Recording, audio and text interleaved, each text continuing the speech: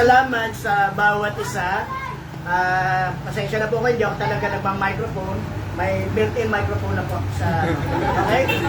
Kung medyo hindi nyo naririnig, pwede ko naman lakasan. Okay?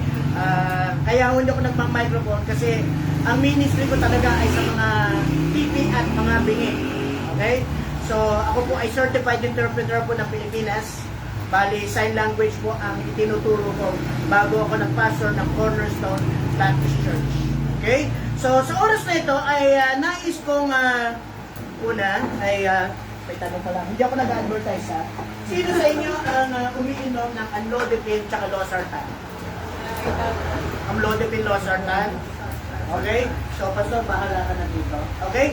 So, i-connect ko po yung lesson natin ito is, meron po akong dalawang gamot dito, hindi ako nag-advertise ha. Hindi po ako ahente ng gamot. Okay? Hindi ako ahente ng gamot, kundi meron lang akong dalang gamot dito. Okay? Nais kong ibigay ito sa inyo as a part of blessing. Okay? Kung alam ko lang, sana mas maraming dinala ko. Okay, amlodipine po, losartan, ito ay kailangan natin para sa, alam naman natin sa high blood. Sino dito ng high blood? Okay? Sino high blood dito pag walang pera?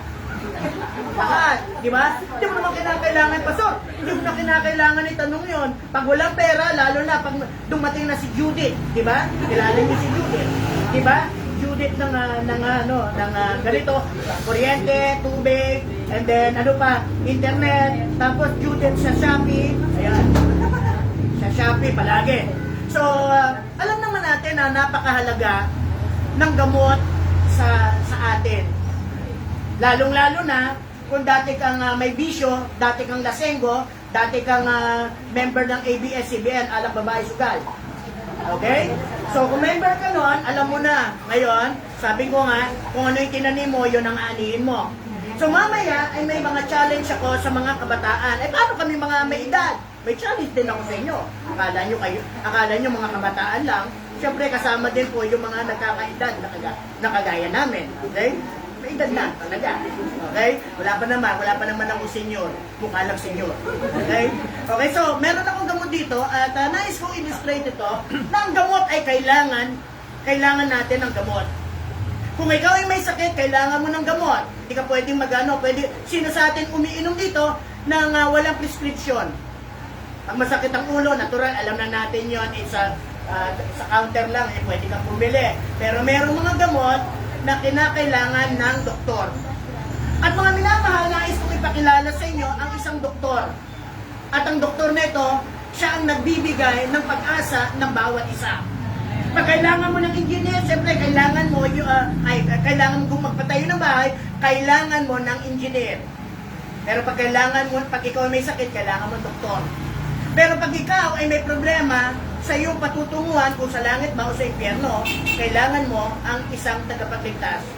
Kailangan mo ang Savior na siya magliligtas sa iyo at ang Savior na ito ay may kakayahan baguhin ang iyong buhay. Mga minamahal, ano ba ang saysay ng ating pagtitipon kung hindi naman nababago ang ating mga buhay? Ano ang saysay ng salita ng Diyos kung napapakinggan lang natin at hindi naman natin na-i-apply sa ating mga buhay? Wala po. Kaya sa oras na ito ay nais ko pong magtulungan tayo at sa pamagitan ng mga simpleng illustration na ibibigay ko sa inyo, simpleng bagay na pwede kong ituro sa inyo, na pwede nyo isulat at sabihin nyo, Lord, tulungan mo po ako na aking mai-connect ang aking sarili sa Panginoon. So kung may po kayo nakita dyan, meron ako dito isang illustration. Okay na? Okay. So ang title ng ating lesson ngayon ay, pwede na? Okay. Kung kaya takumaya, huwag naman sana. Pindot? Hindi makikita yan pag hindi na ipindot. Okay lang ha? Ayan. Plug into Jesus. Ganda ng cellphone, no? Pag may cellphone, talagang hindi na sumusulat, pinipicturean na lang kay magalala. Okay, mga minamahal, nakita po natin, this is a what? What is this? Extension cord. At doon sa extension cord ay merong mga may saksakan. Pero baliwala ang ano tawag yung extension cord kung hindi naman nakasaksak sa kuryente. Ang ibig sabihin nito, kahit gaano kaganda ang iyong appliances, kung hindi naman ito gagana kasi hindi naka-plug at walang kuryente. So, ang buhay ng isang tao, ang buhay ng isang tao, kinakailangan, alam niya kung kanino siya nakakonect. Alam niya kung saan pupunta ang kanyang buhay. Mga minamahal, sa edad mo na ikaw ay 60 o ikaw ay 12 years old, alam mo ba, sa umagang ito, alam mo ba kung saan pupunta ang iyong kaluluwa pag ikaw ay namatay? Kasi anong silbi ng ating pag-aaral, anong silbi ng pag-a-attend mo sa church kung hindi mo naman alam kung saan pupunta ang iyong kaluluwa pagkatapos na ikaw ay namatay? Tandaan natin, ang buhay ng tao ay napakaiksi. Ang sabi sa Bible, huwag mong ipagyayabang ang kinabukasan sapagkat hindi mo alam kung ano mangyayari bukas. Kaya ngayon, sa umagang ito, tingnan mo ang iyong sarili. You have to check yourself. Lord, ako ba'y nakakonect sa Panginoon? Mga minamahal, ito ay pwede ka magsaksak dito. 1, 2, 3, 4. Pwede. Pero kung hindi ito naka-plug kay Jesus, baliwala. Mga minamahal, nag-uumpisa ang gawain nyo. 3 years ang gawain ninyo. Pero pwede kayong magkaroon ng impact sa mga taong nakapaligid sa inyo.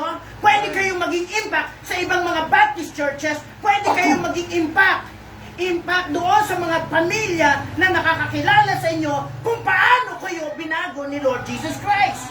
Tandaan ninyo, hindi nyo kayang baguhin ang inyong sarili maliban na kayo ay walang relasyon sa ating Panginoon. Kailangan natin si Lord. Mga young people, kailangan nyo si Lord. Mga tatay, mga nanay, ang sabi nyo, ang buhay ko ay malapit na sa dapit hapon. Malapit na akong kunin ni Lord. Mga minamahal, may magagawa ka sa ating Panginoon. Huwag mong sabihin, batanda na ako. Huwag ka maging kontento sa SSS. Kristyanong saved, seated, and satisfied. Ang ibig sabihin nun, Kristyanong pinaupo, pinatayo, at pinauwi. Kontento ka na lang ba na pagkatapos ng service na ito, pinaupo ka, sit down. Pagkatapos ng service, go home. Pinatayo, and then pinauwi. Kontento na lang ba tayong ganon? Hindi dapat, mga minamahal, di ba? Mga young people, tandaan nyo, ang pangangaral na ito, ang pangangaral ko ngayon, ay maging challenge sa bawat isa sa inyo. Number 1, anong kailangan natin? Plug into Jesus. Anong kailangan natin? Anong mga dapat natin gawin? Kinakailangan ba? Tandaan natin, ang Bible po, simple po yun. Ituturo sa atin yung mga bagay na kailangan natin. Ang pastor ninyo, hindi kayo bibigyan ng doktrina, ang doktrina na napakahirap agad. Di ba one step at a time? Kinakailangan nyo, okay, number 1, kailangan nang yung maligtas. Pangalawa, pagkatapos yung naligtas, kinakailangan may assurance of salvation kayo. Kinakailangan ng baptism, kinakailangan ng church attendance, kailangan ng prayer, kailangan ng giving. One step at a time yan.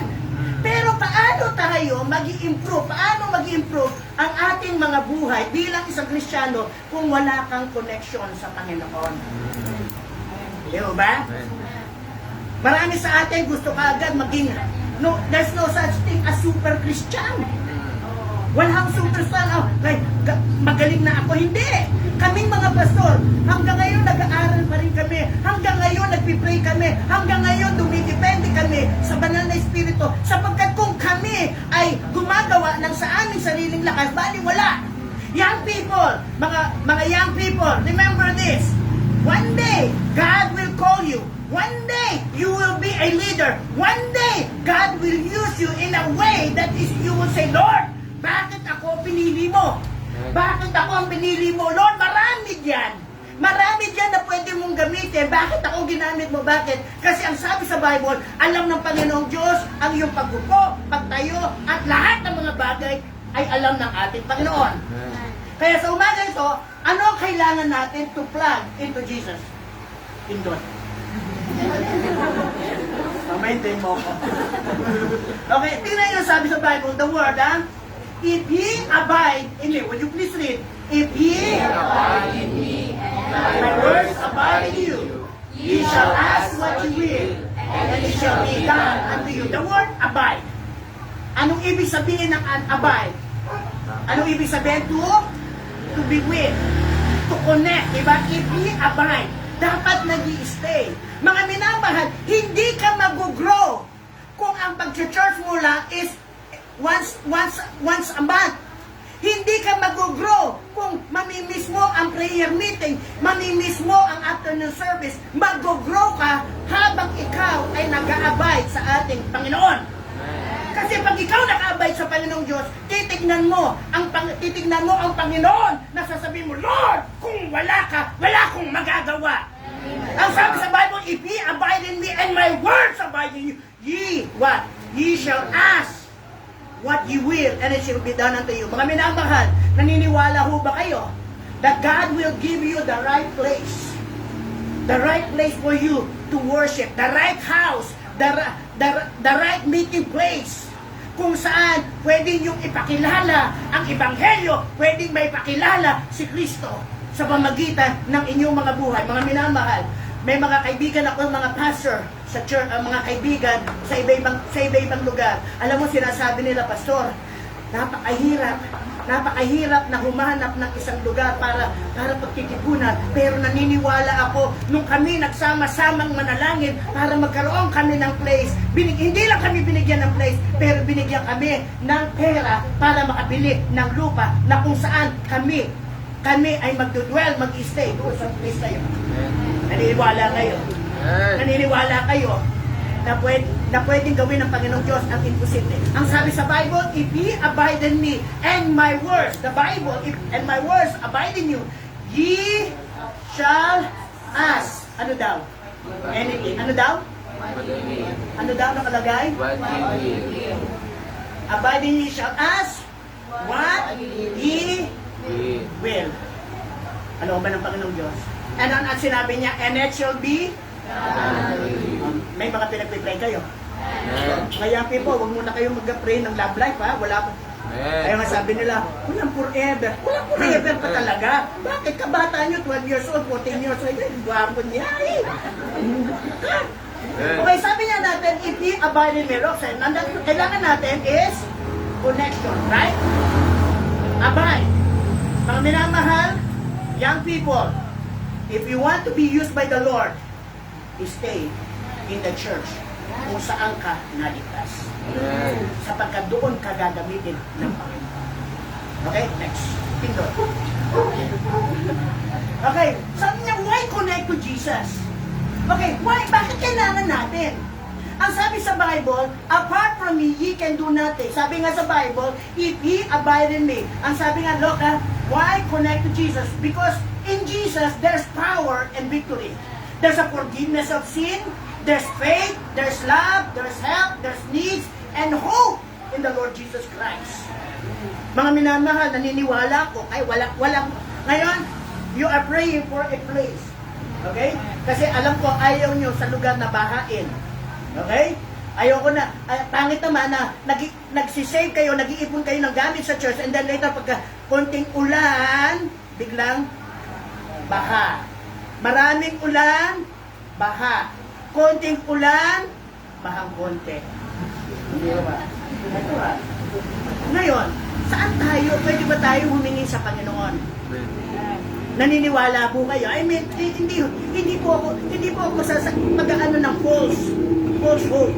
Naniniwala ako kung magsama-samang ang bawat kapatiran mananalangin, alam ko may magagawa.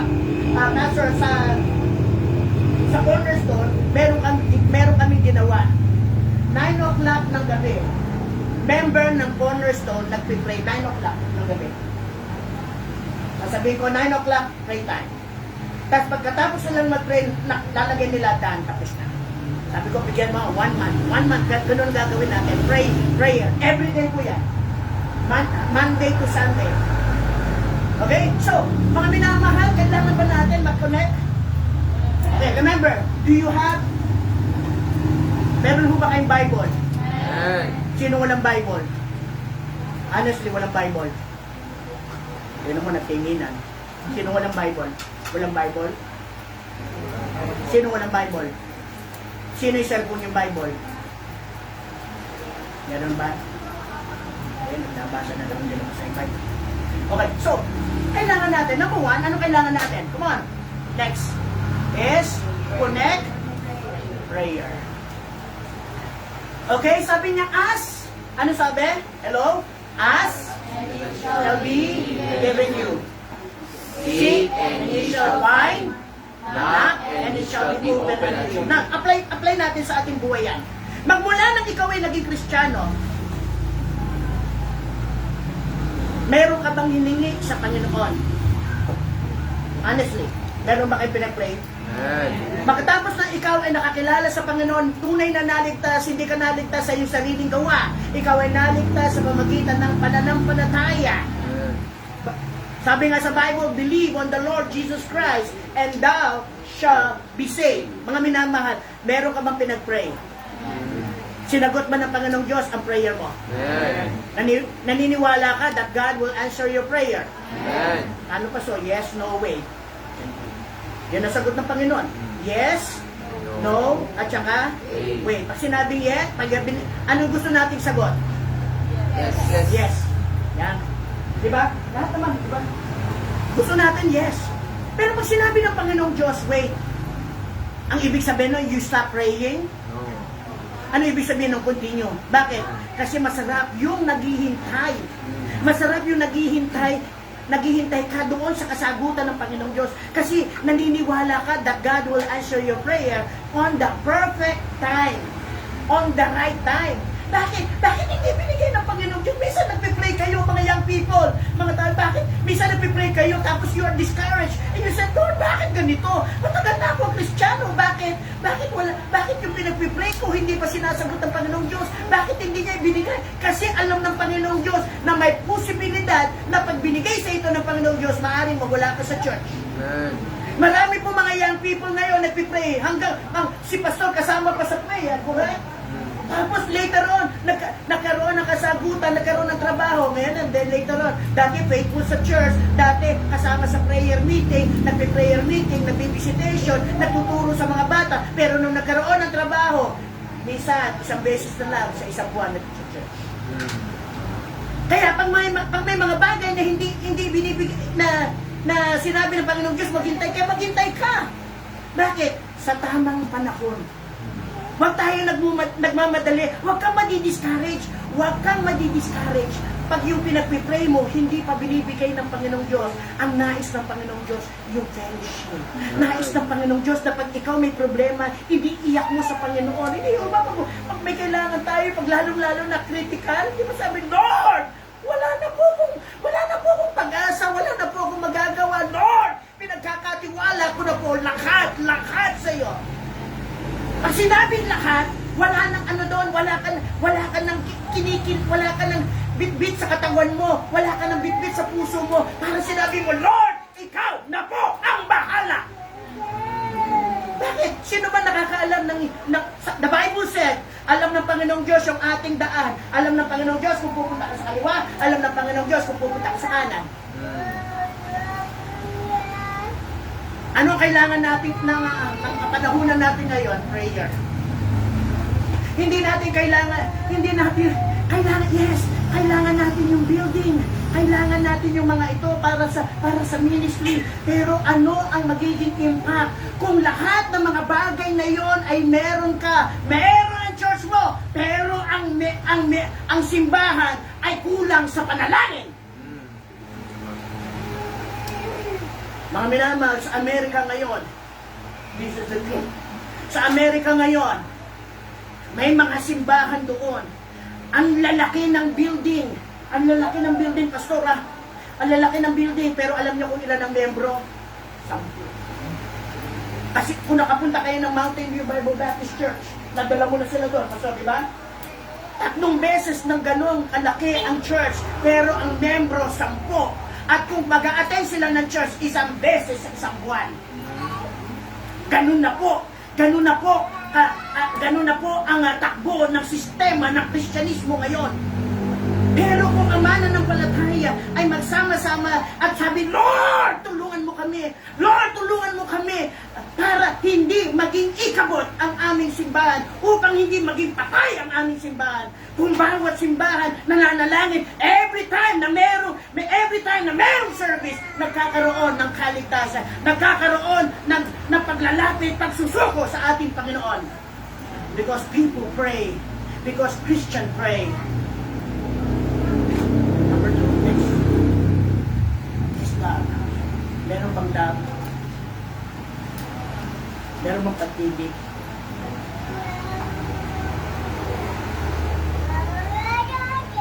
Mga minamahal, may mga churches ngayon na ang ginagawa nila is minamahal nila yung mga men. Minsan yung mga kulto, mga maling simbahan. Minsan, bakit ang dami nila? Ito ba nagtataka doon? Kasi meron pinapairal nila yung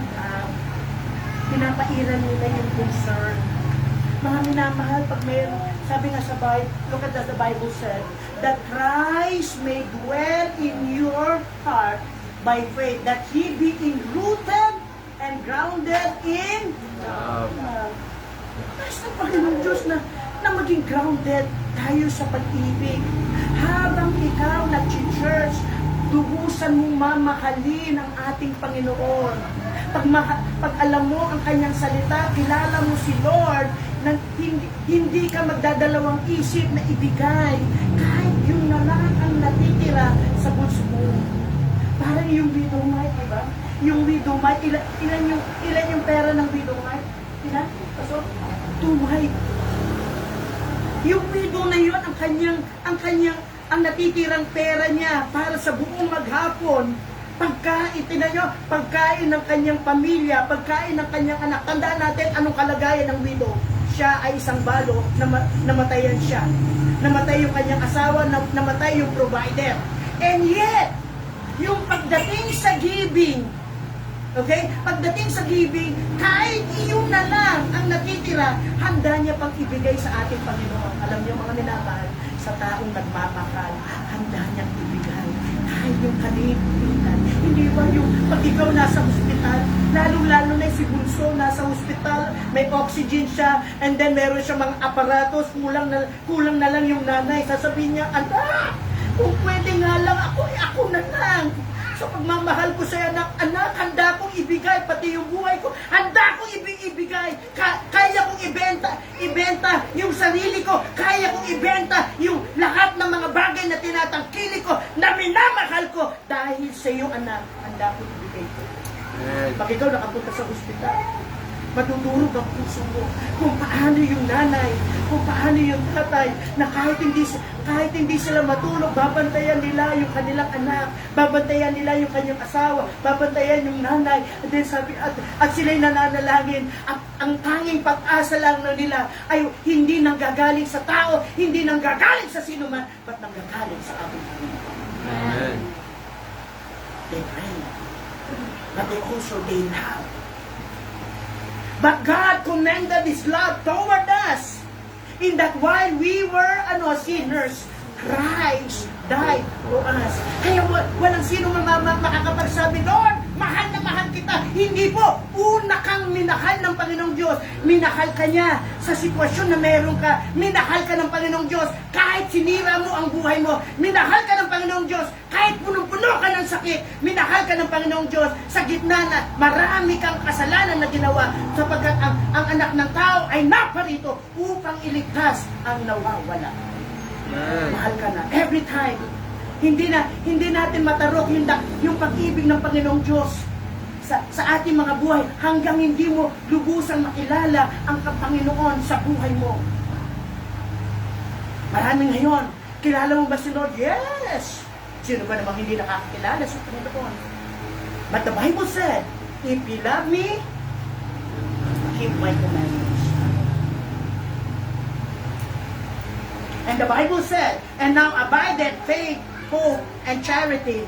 But the greatest of this is charity. Ano ibig sabihin nito? Love. Love with action. Mga minamahal, meron bang pag-ibig sa puso mo? Meron ka bang pag-ibig sa kaluluwa? Yes. Meron kayong soul winning month kayo, soul winning campaign. Kung wala yung prayer, bali wala ang magiging soul winning ninyo. Bakit? Gumagawa na lang kayo sa inyong takas. Masigit sa lahat kung wala kayong love. Pero mamahalin mo yung di mo ka-ano-ano. Sabi nga minsan, nag-aaway yung dalawang magkasawa. Ewan ko ba? Ay, sabi, ewan ko ba kung ano to? Oy, asawa lang kita ha. Sabi nga, hindi, wala akong kadugo sa'yo. Ang kadugo ko itong mga anak. Pero ang pagmamahal kasi, wala itong pinipili. Ang pag-ibig kasi, maging sino ka man. Nakapunta ko si Sharon ulit. Natuwa yung mga 80s, no? Di ba? Yung mga young people nakitawa yun. Di ba? Maging sino ka man. Ano man maging itsura mo? Mga minamahal, anong klaseng pag-ibig meron tayo? Ano sasabihin mo, mahal mo si ganito, mahal mo sino sa atin dito na nakapaghingkayat na ng kanyang kapitbahay, ng kanyang kamag-anak sa Panginoon. What? Mga minamahal, ma-impyerno ha? At ang impyerno ay isang lugar na pagkikira. Sabihin natin, every time na nakikita ko yung tao yun, nakikita ko si Kristo na minahal siya, na kailangan niya ng kaligtasan. At sino yung gagamitin? Siyempre ang gagamitin siya. Tayo na nakakilala sa Panginoon, ay dapat natin ipahayag ang pag-ibig ng ating Panginoon. Alam natin yung John 3:16, ayan, no, for God so loved the world. Pag sinabing world, sino yan? Mga tao. At dahil sa mga tao, anong nangyari? Isang taong makasalanan, merong namatay sa mga makasalanan, at ang namatay, walang iba, yung bugtong na anak ng Diyos. So sabi niya po, God so loved that whosoever believes in Him should not perish, but have everlasting life. Alam nyo, gasgas na yung talatang, gasgas na yung verse na yan. Hindi ba? Gasgas na yan. Alam ko na yan. Pero alam mo ba yung pag-ibig ng Panginoon talaga? May yung pag-ibig na every time na natutulog ka, nagigis, naiisip mo, merong pang mga tao na hindi pa ligtas. Kailangan nila ang tulong, kailangan nila na marinig ang ebanghelyo. Mga minamahal, hindi po ako marunong. Ang kailangan mo lang, meron ng tracks. Kaya nga sabi ko sa inyo, prayer lang eh. Mag-pray kayo. Panginoon, sabi mo, itong mga tracks na ito, Lord, gamitin mo po, Lord, itong mga tracks na ito. Gamitin mo po, kahit simpleng mga encouragement. So, ano kailangan natin? Number one, to plug in the family of the Lord Jesus Christ. Kailangan natin ng prayer. Kailangan ba natin ng prayer? Hello, kailangan yung prayer. May mga needs kayo. Naniniwala kayo that God will supply all your needs. Maghintay, willing ba kayo maghintay? Maghintay kayo kahit umabot ng 5 years bago kayo bigyan ng lupa ng Panginoon. Matawa kayo. Pero handa ba kayo maghintay? Pag maghihintay kayo, dapat kasama kayo. Hindi kayo maghintay, wala kayo. Ang liit ng church namin, punta na lang ko doon sa church, mas malaki, may aircon. Pero dito ka nilagay ng Panginoon. So, ibig sabihin, sabay-sabay kayo nag-grow. Habang may paso nyo nag-grow, dapat nag-grow din kayo. Nag-grow ka rin kayo sa prayer. Nag-grow din kayo sa pag-ibig. And then, letter, ito.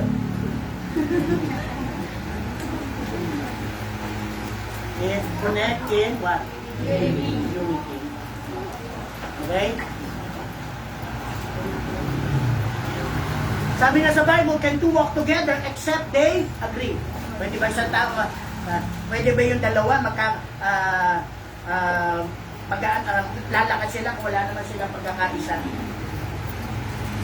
Mga minamahal, pag kayo, hindi rin na ngayon, pag-pray nyo ngayon, anong gusto nyo klase? Anong gusto nyo pag magkakaroon kayo ng building? Okay, ganda natin ha. Magkakaroon kayo ng place, anong gusto nyo run? Anong kulay? Baka sabihin nyo, gusto namin pink. Sabi naman ng isa, blue. Purple. Kailangan ng isa purple. Di ba mas maganda yung pagkaisa natin, anong dapat? White, okay. Kung white. Baka mamaya pwede ba naman black? Pag-usapan ninyo. Alam nyo, unity, sabi nga dito, no? And the multitudes of them that believe were of one heart. Hindi naman pwede yung I love you. Sasabihin ng I love you. Dapat yung isa, sasabihin niya, hindi mo kita bakit. Sasabihin niya, kundi mo lang ako tinutukan, hindi naman kita kakakasalan.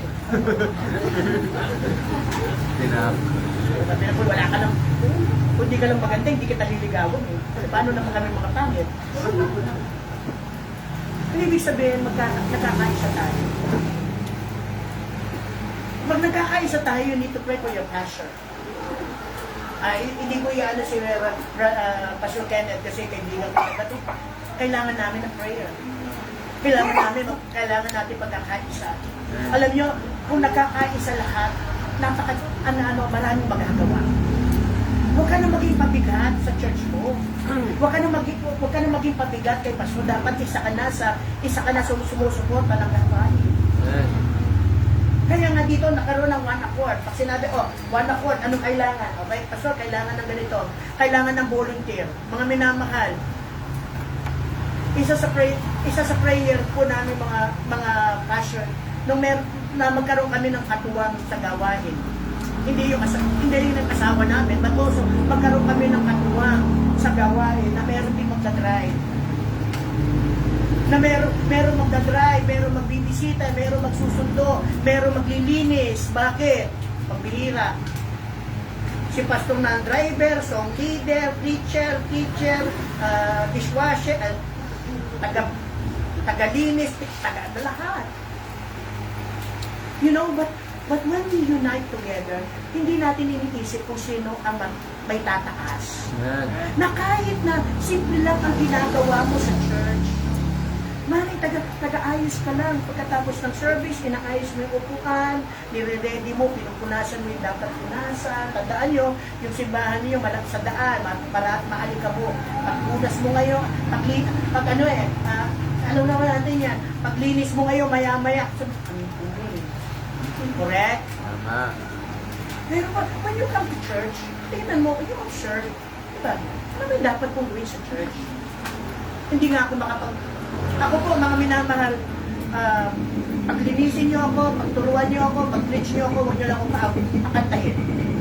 Pag ako'y pinakanta niyo, ako po, ipagpatawad niyo, yan ang aawitin ko. Ay bakit? Talaga wala ako eh. Kahit anong gawin ko. Nung ako'y sumabay ng choir, pag ako'y nasa tenor, at tapos sa bass, may sarili akong nota. Kaya sabi nila, dito ko nga. O pag dumikit ako sa tenor, ang kakantahin ko, bass. Pag bumana ako sa bass, tenor ang kakantahin ko. So sabi ko, salungan. So sabi ko, Lord, hindi mo ako binigay, pero meron naman ako magagawa. Meron isang song, alam niyo ba?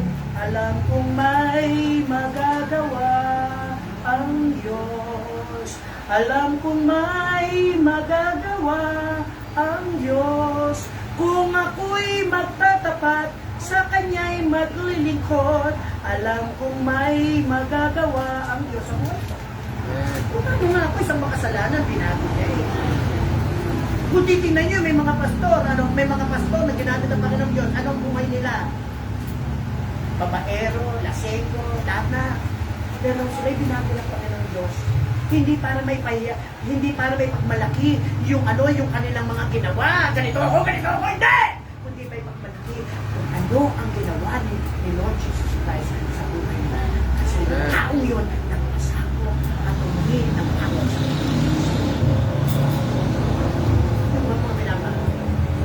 handa ka bang pasako? Are you willing to be united to the Lord? May mga gawain? Parang ganito, okay, lahat tayo may gagawin. Pwede ba? Kailangan nating attendance. Diba? Pagdating sa trabaho, ang dami. Pagdating sa trabaho, igilan. Pero pagdating, may fellowship, pupunta ng Angeles, meron na kotsa. Go ako dyan! Support ako dyan! Pero pagdating sa ginawa ng Panginoong kanon. Gusto, pasensya na. Pastor, sandali lang ha. Pasensya na po. Sorry po. Pero, yung iba, di ba? Hindi ka nga ini-invite sa handaan, pero pag may handaan, nandun ka. Pero pagdating sa contribution,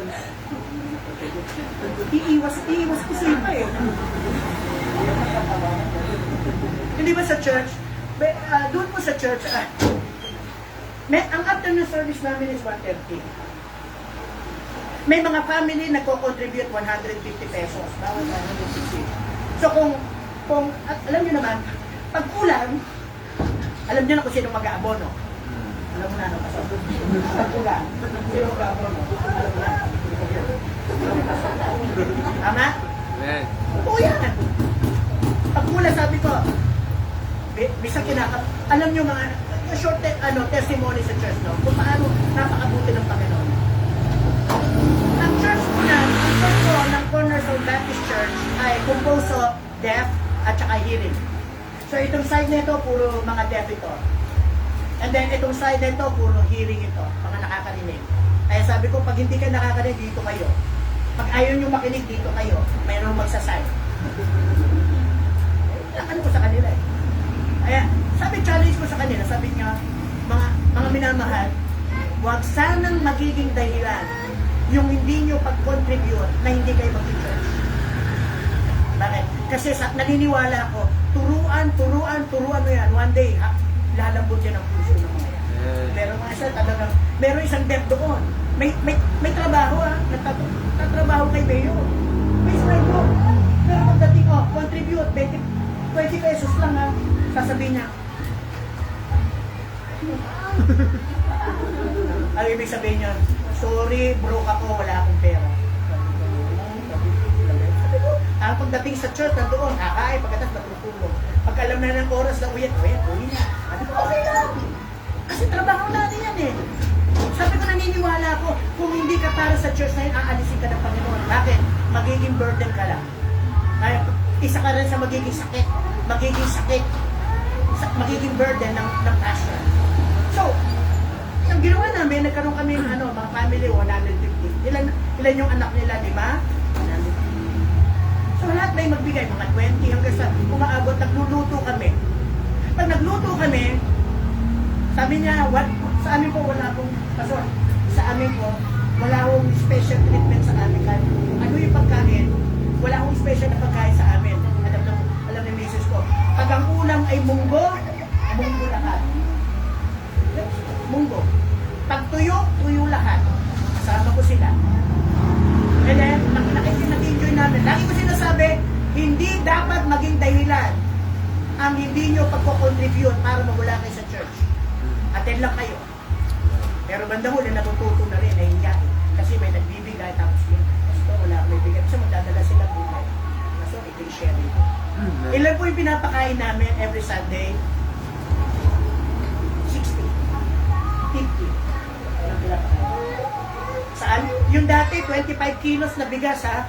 Dati, alam ko sa 25 kilos, magkano yun? 1.3, 1.4. Okay, ganun ha, 25 kilos. Dati-rati yung 25 kilos, isang buwan. Ngayon po, hindi na po. 2.5. Bakit po? Marami na akong kumakain. Bakit po? May mga bata na sa Sunday school, no? Sasabihin nila, Pastor, so dito, pwede na kung dito na rin kami makikain. Sabi ko, bakit? Doon ko sa bahay kasi hindi masarap yung pagkain. Sabi ko, mabuti sana kung isa lang may hapon ko eh. Pero, ano po yung ministry? Kailangan mong gumastos eh. Mga minamahal, hindi dapat maging dahilan yung pera para magkasira. Hindi dapat maging dahilan yung mga simpleng problema para hindi nyo may ayos sa Panginoon. Bakit? Marami po mga malalaking churches. Marami po dati maganda yung samahan na nagkakagulo. Bakit? Sa simpleng bagay.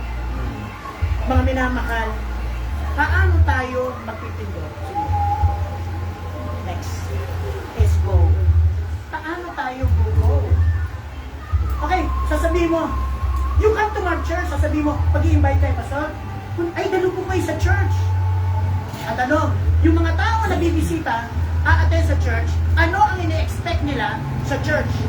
Pag in-invite mo sila dito. Meron ba pag-ibig sa loob? Baka naman pagdadali mo sila dito na naman, ay, nandito pala yung kapit-bahay ko si Marites. At si Marisol. At si Tonix. Alam nyo na yun, ano yung latest? Si Marisol, si Sulful. Diba?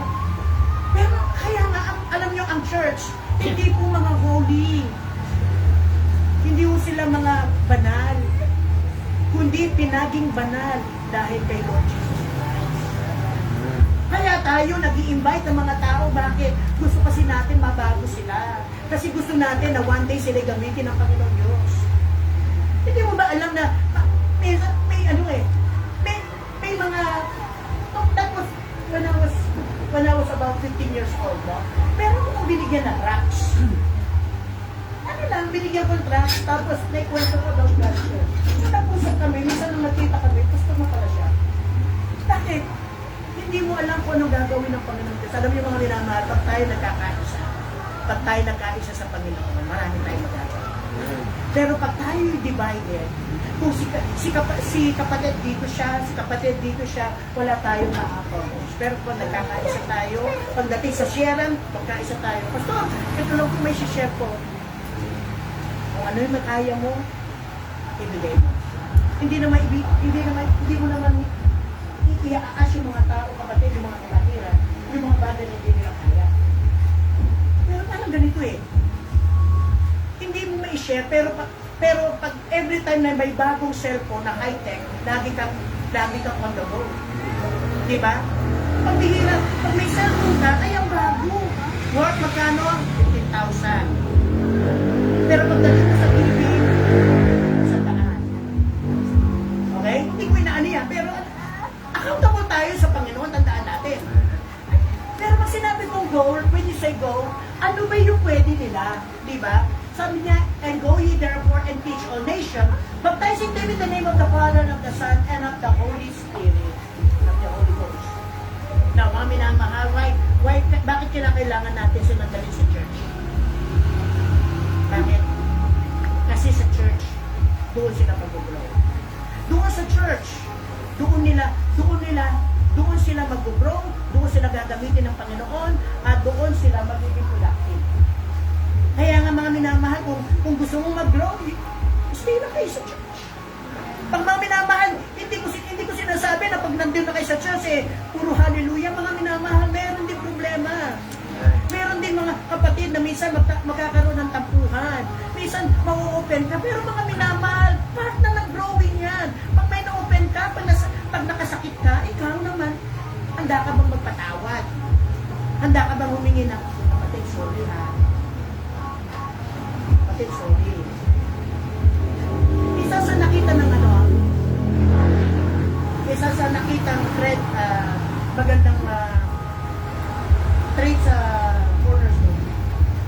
At sinabi ko sa kanila, pagdating sa pagkain, walang magre-reklamo.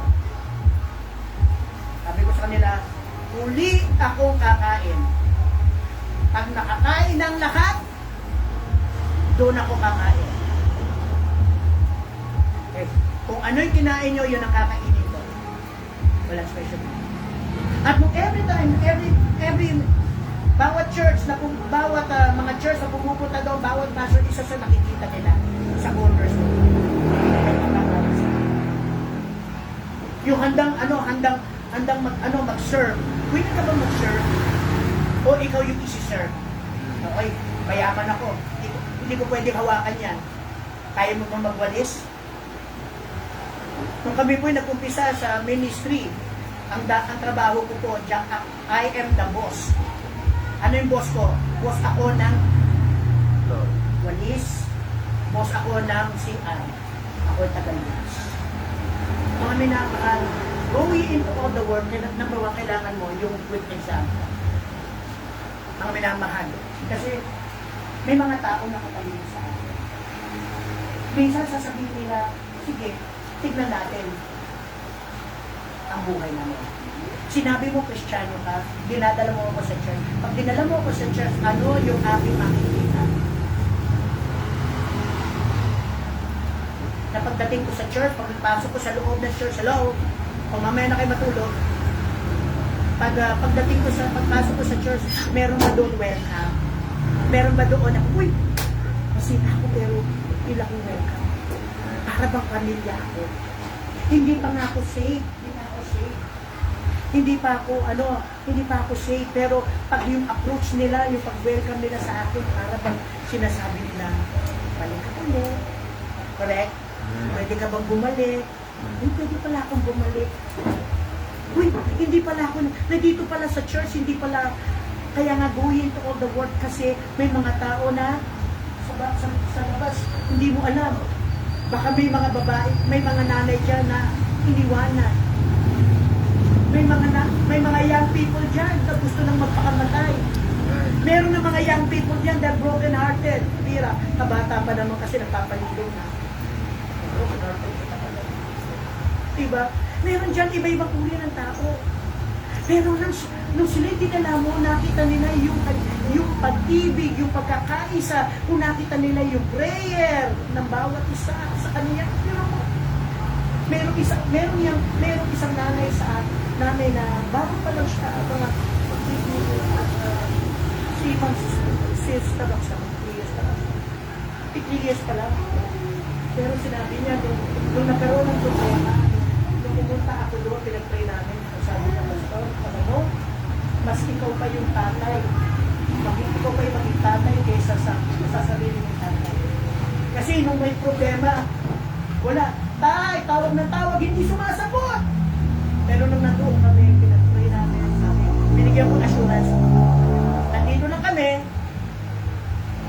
pag-pray ka namin, aalalayan ka namin.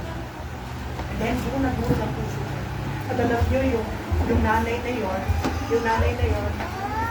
na-witnessan ko yung kanyang asawa na nagtatrabaho sa New Zealand. At nangako yung nanay niya, sabi niya, Pastor, tutulong ako sa aircon. Hindi aircon, Pastor.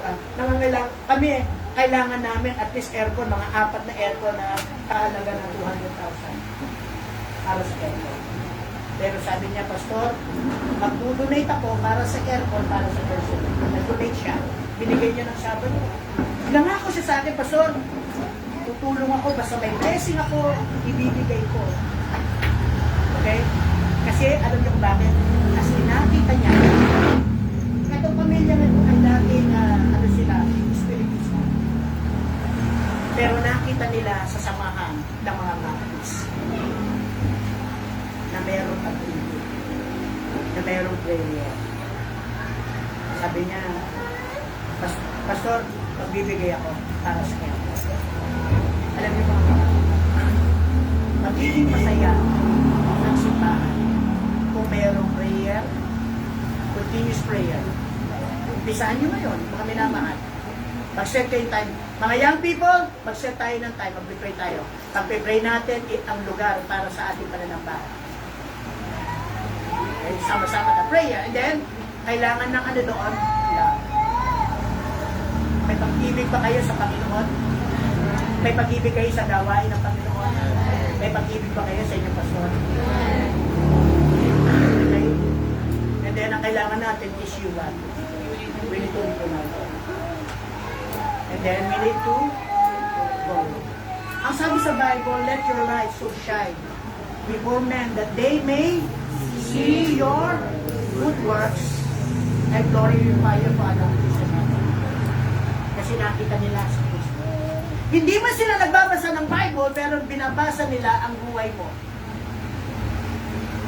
Pinag-aaralan ba nila? Sabi niya ba? Kilala ko yan. Hindi, pagkakilala niya sa iyo na dating ganito, pero kilala ko yan. Nakilala ko yan. Kasi nakita ko kung paano yung pag-ibig ng Panginoon. Nakita ko kung paano siya ginamit ng Panginoong Diyos. Nakita ko kung paano niya ibinahagi ang salita ng Diyos. Hindi kagaya ko. Alam nyo, mga minamahal, maaaring ang iglesia nyo ganito lang, kayo lang, kayo. Ba't hindi natin makita? hindi natin, I mean, we're praying what will happen for next year, this year. Kasi pwedeng gumawa ang Panginoon ng miracle kahit bukas na bukas. Kahit mamaya. Mamaya, magpapray kayo. Why don't you say, magpapray kayo mamaya? Say, Lord, give us place. Give us place. Pag wala pa, hintay lang. Bakit? May nakalaan para sa inyo na mas mura. Mas maganda yung naghihintay kaysa nagmamadali. Okay? When we pray, mga minamahal, nung nagkaroon kami ng sasakyan sa Cornerstone, kasi sorry po, hindi ako marunong mag-drive. Wala kami sasakyan. Kaya nag-pray kami, Lord, nag-upisa kami. Sa kami nag-upisa? Bago ko binigay yung request, bago ko nagingin ng request, na gano'n ng prayer request at request, kami muna, sabi ko, kailangan natin ng sasakyan sa service. Wala kami pera, pero nag-umpisa kami mag-raise. Mga 20,000 na kami. Sacrifice yun na, hindi po kami, wala pong mayaman sa church. Wala po talaga. Mayaman ng Panginoon. 20,000. Pero kami. And then later, nag-pray kami, tapos may sumagot sa amin, merong nag-donate sa ibang bansa ng 40,000. Ang Hillcrest tumulong, si Pastor John tumulong, Pastor Ashley tumulong, and then nakuha namin dati, ang kailangan lang namin second hand. Pero nakabili kami brand. Bakit? Kasi kung dapat mag-umpisa sa atin, huwag tayong mga minamahal, hindi ko sinasabi na hindi tayo pwede humingi ng tulong, pero dapat mag-umpisa muna sa atin. Kailangan natin ng property. This is what be your vision for next year. Okay, for the following years. That one day you will have your own building, you will have your own property. One day you will have this and you will have your four wheels drive, magkakaroon kayo ng sariling sasakyan. Bukod doon sa sasakyan na ginagamit ng pastor. One day, it's one day at a time. It's your faith that will build. Habang tumatagal kayo, yung faith ninyo nag-grow. Your faith will grow. And your love to the Lord will grow. And then, if you will grow in prayer, you will grow in love, because you are united together. Why? Because meron pa mga tao na kinakailangan maligtas. Hindi ko alam kung sino maliligtas. Alam mo kung sino maliligtas, hindi ko alam. Pero responsibilidad natin is to grow and to share the gospel. You know why? Kasi hindi natin alam, pero alam ng Panginoon kung sino maliligtas. Ang kailangan lang natin is to obey. What is P? Wala na yan, meron pa. Pindot? Wala na pindot. Wala na. So ano yung P? O plug. Okay? So P is what? Prayer. Dali lang, no? What is L? Love. What is U? Unity. What is G? Go. Go witness. Ang witness natin, isa sa atin. Okay? Mahirap sabi niyo, oh, you go to my church. Kaya mo sila in-invite sa church kasi meron silang makikita sa church na hindi nila na makikita sa ibang church. Hindi nila makikita sa kanilang mga samahan. Ano yung makikita nila? Christ is the center of this church.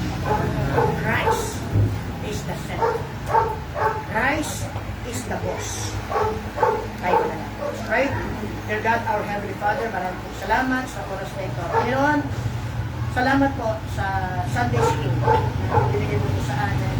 Patuloy mo pong palain ang gawain. In His name we pray.